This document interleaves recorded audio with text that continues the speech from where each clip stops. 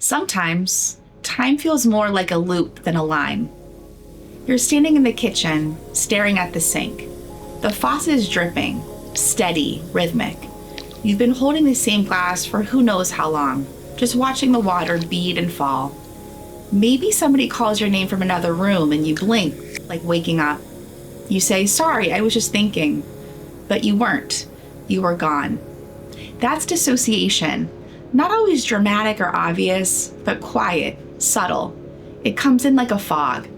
You don't vanish completely, you just float somewhere slightly adjacent to yourself. People might call it zoning out or daydreaming, but it's deeper than that. It's like your body stays in the room, but you have stepped aside. We're all prone to different levels of dissociation. Anyone who has traveled as a passenger in a car or sat through a long lecture has almost certainly daydreamed, and it's often fairly enjoyable. The mind wanders off into some story or explores thoughts about upcoming events. Then there are instances in which a person separates too much from reality, withdrawing so much into their psyche that they alienate themselves from the world around them. It's in these circumstances that the existence of a dissociative disorder becomes a real and serious possibility.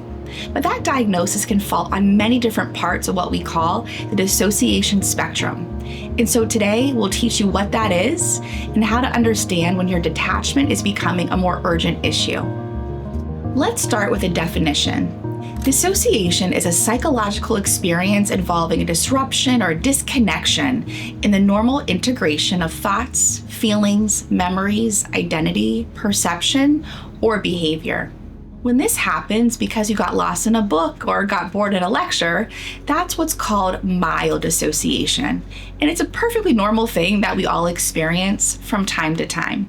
But then there are moments where you feel like you're mentally checking out, becoming emotionally numb, or observing yourself from the outside, as if life is happening at a distance.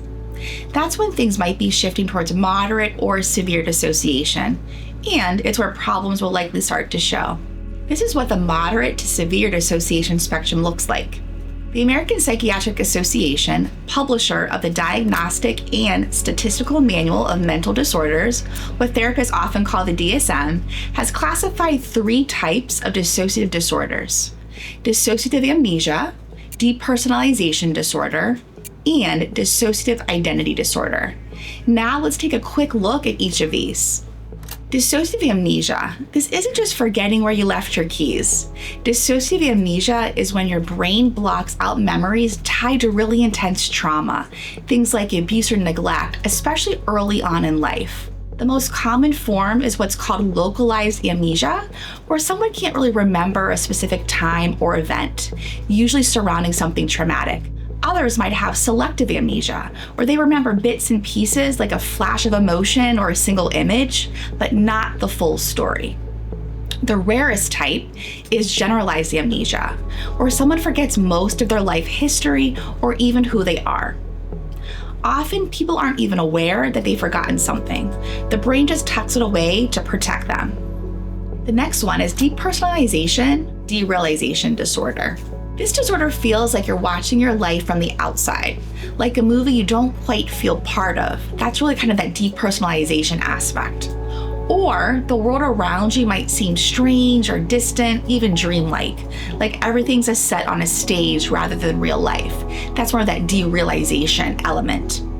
Unlike other dissociative conditions, people with this usually know something feels off, which can make it even more distressing.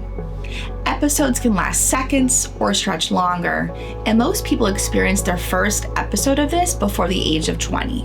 And the last one is dissociative identity disorder, or DID.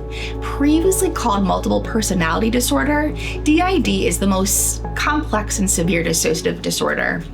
People who have DID often have 2 or more distinct identity states, each with their own memories, behaviors, preferences, and even voices. These identities can differ in age, gender, or even how they see themselves physically. Switching between these identities often happens without warning, and the person may lose chunks of memory, from daily moments to things like major life events. Many people with DID often feel like a passenger in their own life. It's almost always linked to early, repeated trauma, like childhood abuse. DID can deeply affect a person's ability to function and is associated with higher risk of self-harm and suicide. Another really important thing to note here is that dissociation doesn't just show up in dissociative disorders. It can also be a symptom or subtype of other mental health conditions. So there is a dissociative subtype of post-traumatic stress disorder. According to the National Center for PTSD, people with this subtype often have more severe symptoms. That could look like higher rates of suicidal thoughts and attempts, more functional impairments, and greater psychiatric comorbidity. They also tend to have experienced early and repeated trauma before developing post-traumatic stress disorder. Dissociation is also a common symptom in borderline personality disorder, or BPD.